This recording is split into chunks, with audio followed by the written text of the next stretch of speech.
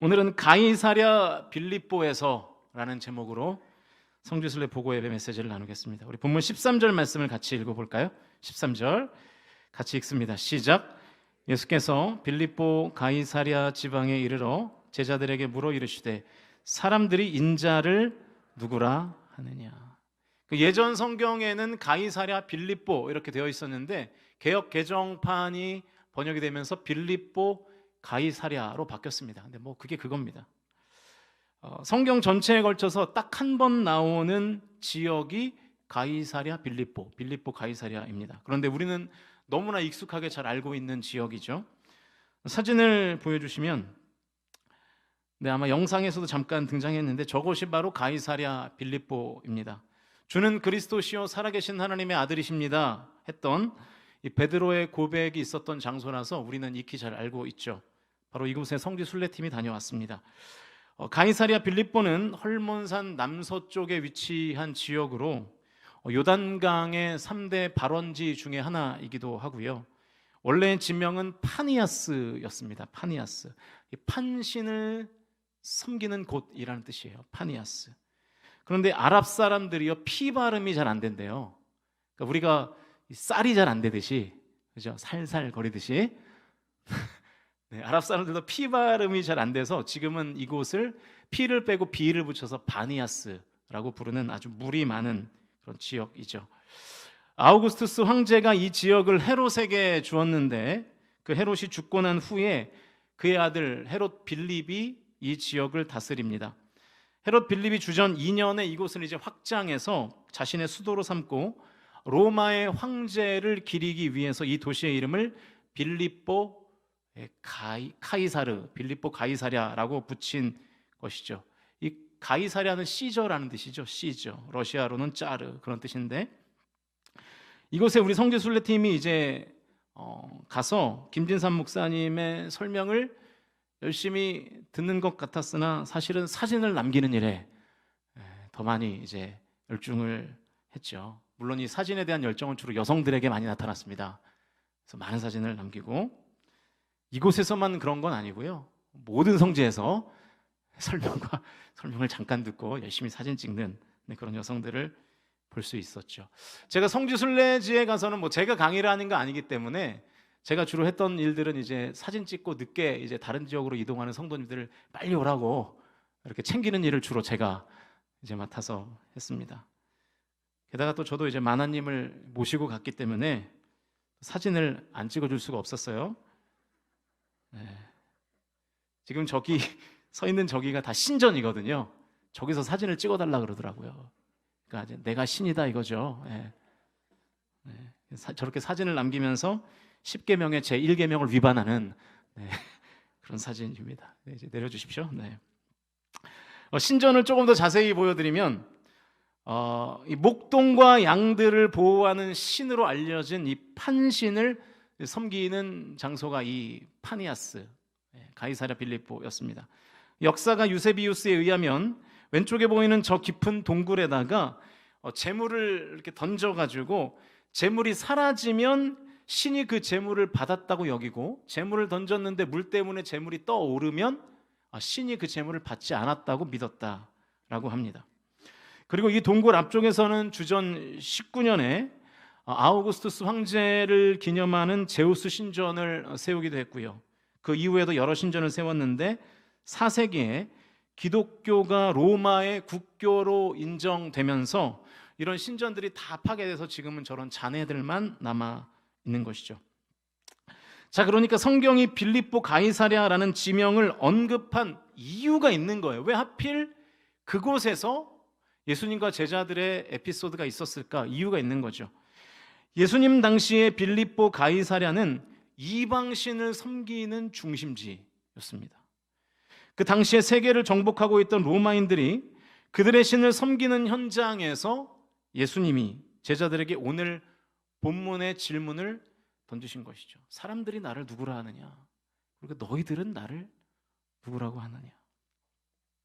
그러니까 오늘 본문의 상황은 이런 거예요. 예수님에게는 전혀 관심이 없고 오로지 이방 신들을 섬기는 수많은 사람들이 지금 예수님과 제자들 눈에 아마 가득했을 것입니다.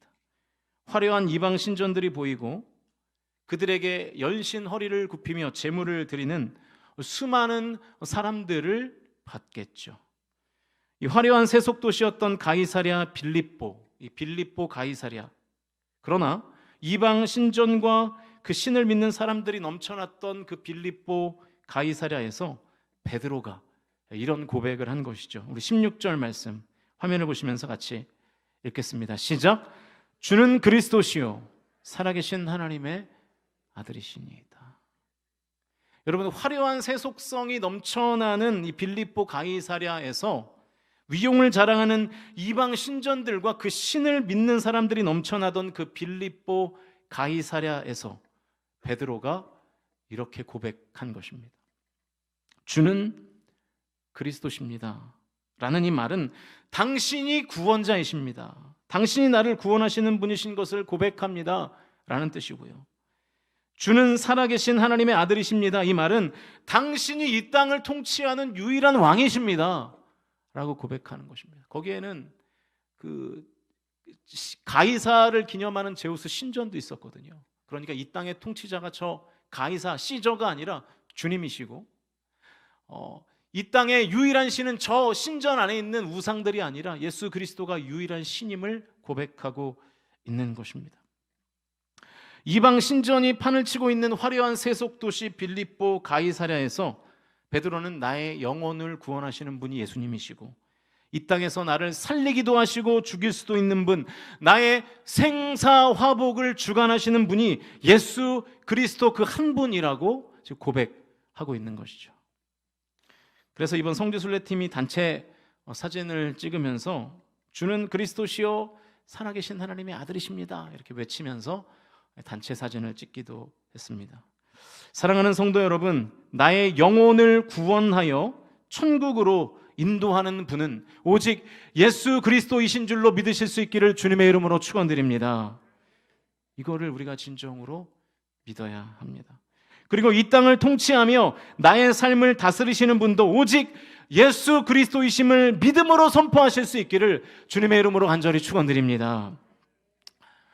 보통 이 정도의 메시지를 전하면 빌립보 가이사랴에 대한 일반적인 이야기는 될 것 같습니다. 그런데 저는 오늘 한 걸음 좀 더 들어가 보기를 원하는데요.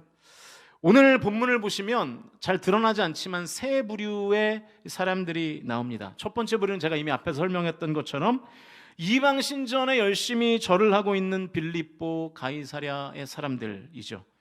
두 번째 부류는 어떤 사람인가? 다시 한번 13절과 14절 말씀을 같이 읽어보시죠. 13절 14절 시작.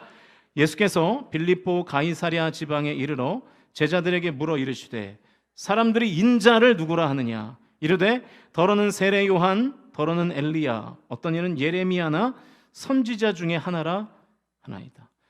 두 번째 부류는요, 예수님을 쫓는 사람들이었습니다.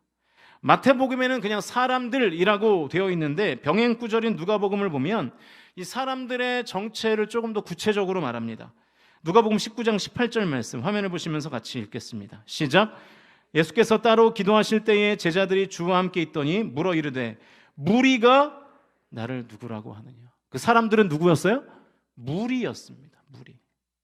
마태복음 16장 13절에서 말하는 그 사람들은 무리였습니다. 무리들. 어떤 사람들이었나요? 예수님의 병고침 때문에, 예수님의 기적 때문에 예수님을 쫓는 사람들이었습니다. 예수님이 어떤 분이신지 관심 없어요. 예수님이 그리스도이신가 관심 없어요. 오직 예수님의 치유 사역, 예수님의 오병이어 같은 그런 기적 사역으로 인해서 몰려드는 무리들, 그들을 말하는 것입니다. 자, 두 부류를 말씀드렸습니다.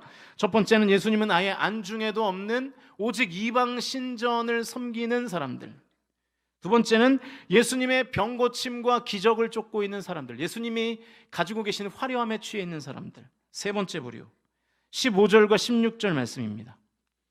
같이 읽어보시죠. 시작. 이르시되 너희는 나를 누구라 하느냐? 시몬 베드로가 대답하여 이르되 주는 그리스도시요 살아계신 하나님의 아들이시니이다. 여기서 말하는 너희는 누구예요? 제자들이죠. 제자들. 그 제자들 중에 한 명이었던 베드로가 이 빌립보 가이사랴에서 이 멋진 고백을 한 것입니다. 주는 그리스도십니다. 그리고 주는 살아계신 하나님의 아들이십니다. 베드로의 이 고백을 듣고 예수님께서 자기 자신이 십자가에 달려 죽게 될 것이라는 사실을 처음 말씀하십니다. 그러니까 여러분, 이 빌립보 가이사랴라는 이 장소가 의미 있는 장소인 또 다른 이유는 베드로의 신앙 고백만이 있어서 그런 것이 아니라 예수님이 처음으로 빌립보 가이사랴에서 십자가 사역을 제자들에게 말했기 때문이에요. 그래서 이 지역에 의미가 있는 것입니다. 그런데 안타깝게도 예수님의 사역 고백을 들은 베드로가 예상치 않은 반응을 보이죠. 22절 말씀인데요, 같이 읽어보시면 22절 시작.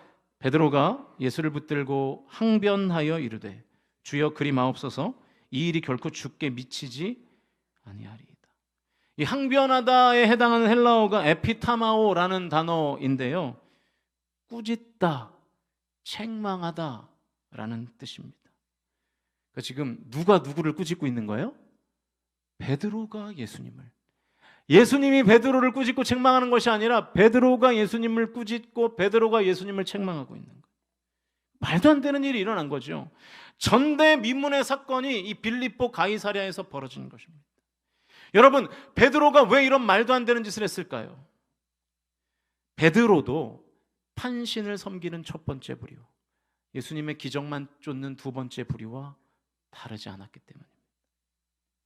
제자들도 똑같은 부류였습니다. 베드로를 포함한 제자들은 다 예수님을 정치적인 메시아로 믿었어요. 예수님이 저 희한한 능력으로 이 식민지가 되어버린 이 나라를 구원할 것이라고 믿었죠.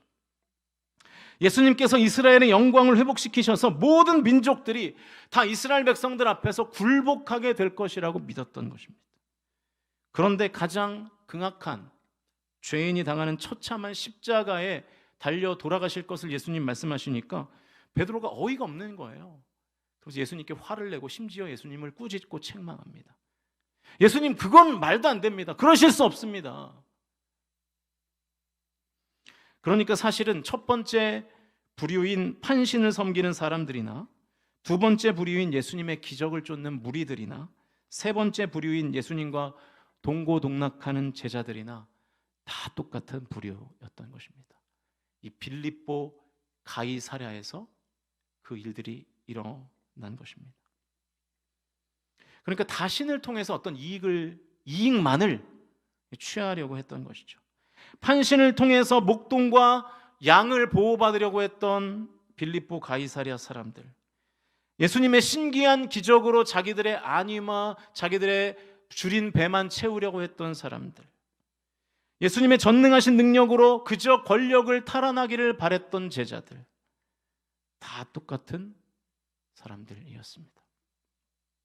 저는 그래서 예수님이 굳이 이 빌립보 가이사랴에서 제자들에게 대체 너희들은 나를 누구라고 하느냐, 이 질문을 이 자리에서 던진 것이 아닌가 생각합니다. 여러분, 제자들은요, 예수님의 의도대로 예수님을 믿지 않았습니다. 예수님은 무리들과 제자들이 예수님의 의도대로 따라와 주기를 원했어요.